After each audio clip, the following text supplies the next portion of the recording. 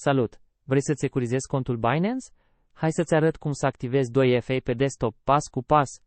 Totul începe de pe pagina principală Binance, cea mai mare bursă de criptomonede din lume.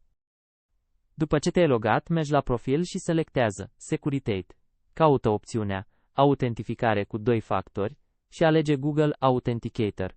Urmează instrucțiunile ca să conectezi aplicația la cont.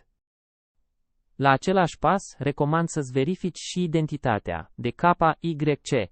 Binance prioritizează siguranța utilizatorilor, așa că vei avea un cont mult mai protejat. Știai că Binance este clasată constant pe locul 1 la volume și securitate? Adaugă 2FA și fii sigur că fondurile tale sunt la adăpost pe cea mai bună platformă de tranzacționare cripto. Nu ai cont? Folosește linkul din descriere pentru a crea unul nou cu Binance. Ai 20% reducere la taxe la înscriere, încă un motiv să începi în siguranță.